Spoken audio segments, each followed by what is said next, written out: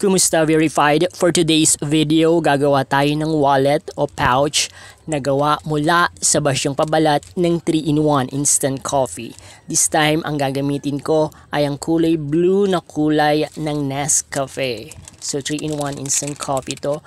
Una, kukunin natin yung diameter ng empty wrappers.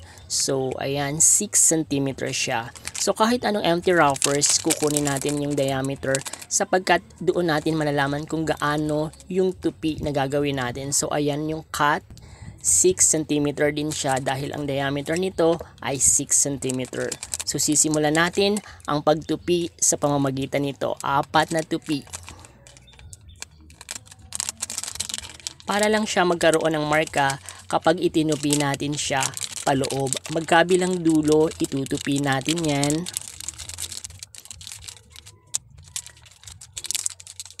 Hanggang sa makabuo tayo ng kapsula na tulad nito.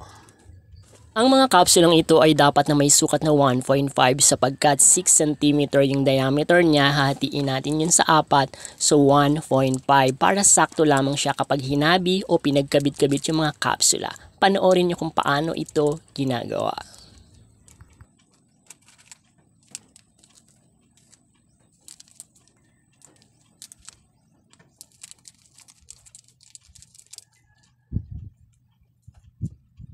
Sa kahit na anong empty wrappers na gagamitin ninyo ay ganito rin naman ang proseso.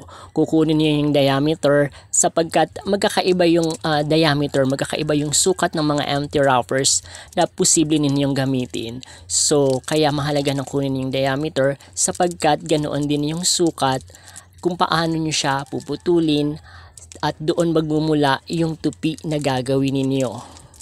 Sundan nyo lamang yung mga proseso na napapanood ninyo at madali nyo nang matututunan kung paano makabuo ng wallet, pouch, or bag, kung ano man yung naisin nyo na buuin.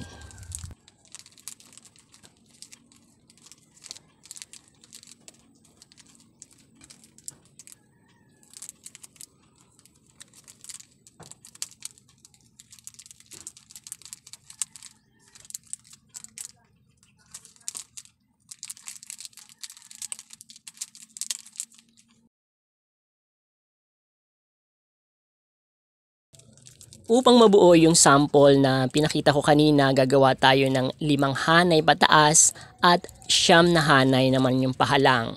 So ayan, itutupi natin siya sa gitna. Yung pang-5 hanay, yun yung magiging corner niya kung saan mabubuo na natin unti-unti yung pouch. Isang kapsula na lang yung kailangan dito sapagkat meron na siyang mga pagdudugtungan katulad ng nakikita niyo. So meron ng 3, so isa na lang na kapsula yung idadagdag nyo. Pag-uugnay-ugnayin na lamang ang mga ito tulad ng nakikita niyo.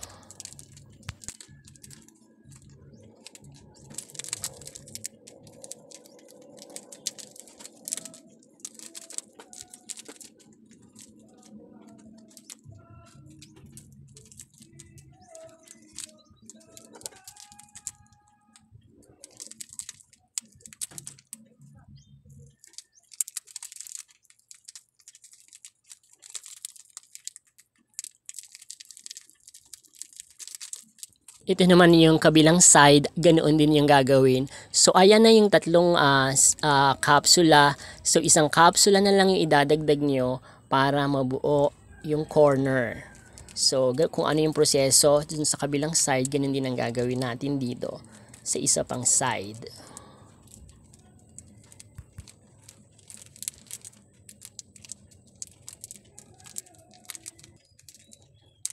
Natapos na natin yung body at saka yung 2 side ng pouch.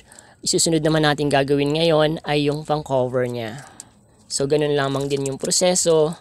Isusuksok lamang at pag-uugnay-ugnayin yung mga kapsula.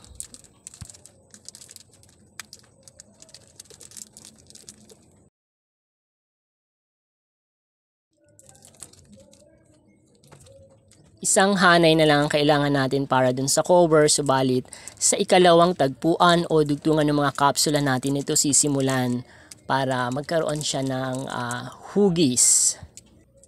Ayan. So para naman maging malinis yung mga nakalabas na kapsula na ito, panoorin nyo kung paano siya tinutupi Ayan, at isinusuksok doon sa loob ng isa pang kapsula. So panoorin niyo na lang mabuti. Ganyan lang ang gagawin ninyo dun sa mga nakausli o mga nakalabas na kapsula upang maging malinis itong tignan. So ayan, nakabuo na tayo ng pouch mula sa empty wrappers ng 3-in-1 instant coffee na maaari din yung gawin sa iba pang mga empty wrappers. Maraming salamat sa inyong panonood. Thank you very much.